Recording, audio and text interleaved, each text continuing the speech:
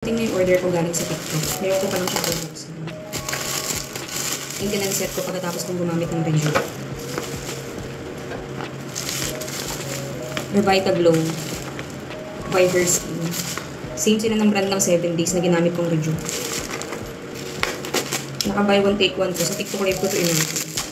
May pa siyang ganito. Dito yung ginagamit yung mga ganito. Ito siya. Revita Glow Skin Rescue Kit. Yan, naka buy one take one na siya. 329 yata to isa. Pero buy one take one to siyang na-check out sa TikTok. Ayan. Ang laking tipid na niya. Ito dati yung ginagamit ko. Matagal na akong gumagamit nito. Siguro mga naka 3 o 4 na box na yata ako nito. O baka higit pa. Ayan. Pag ayaw kong mag-resume, ito yung ginagamit ko. Parang maintenance set nila.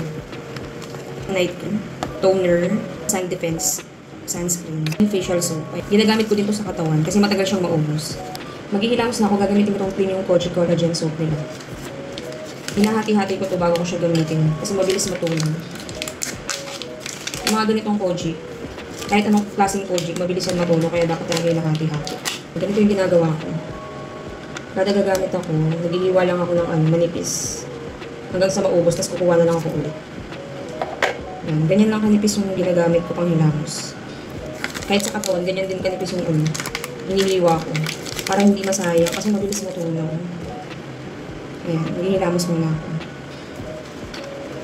Pinasa ko na yung mukha ko.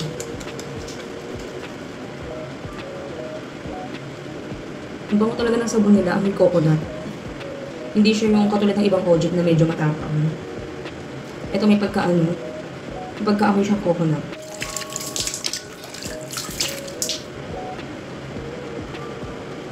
Papatuloyin ko lang muna yung mukha ko bago ako mag-apply ng toner. Okay naman na yung mukha ko ngayon kumpara dati nung hindi pa ako gumagamit ng 7 days. Dati kasi maitim yung mukha ko tapos tinutubuan ako ng tigyawat.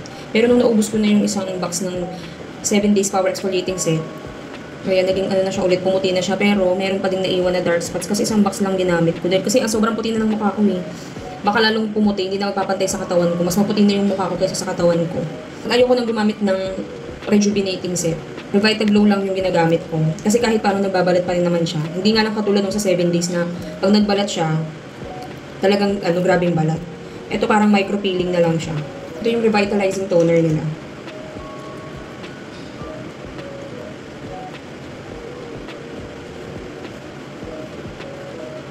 Kailangan pati leeg. Para kahit paano, pantay naman yung mukha tsaka yung leeg. Kasi yung kulay ng mukha ko, ayan, hindi na siya pantay sa balat ko. Sa katawan ko, mas maputi na yung mukha ko. Simula na gumamit ako ng 7 days. Para kahit paano naman, hindi lang mukha yung maputi. Ayan, pagkatapos ng toner, dito naman tayo sa night cream. Revitalizing night cream. Nakasil pa din siya. Ayan, color white lang siya.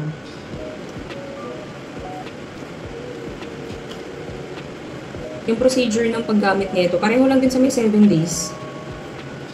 Maghihilamos ka, gagamitin mo yung sabon, sunod toner, tapos itong night cream. Sa umaga ganun din. Maghihilamos ka, magto-toner, tapos yung sun defense naman yung gagamitin mo yung sunscreen.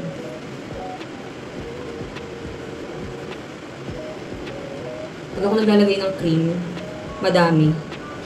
Hindi ako nakukontento sa konti lang. Gusto ko talaga madami.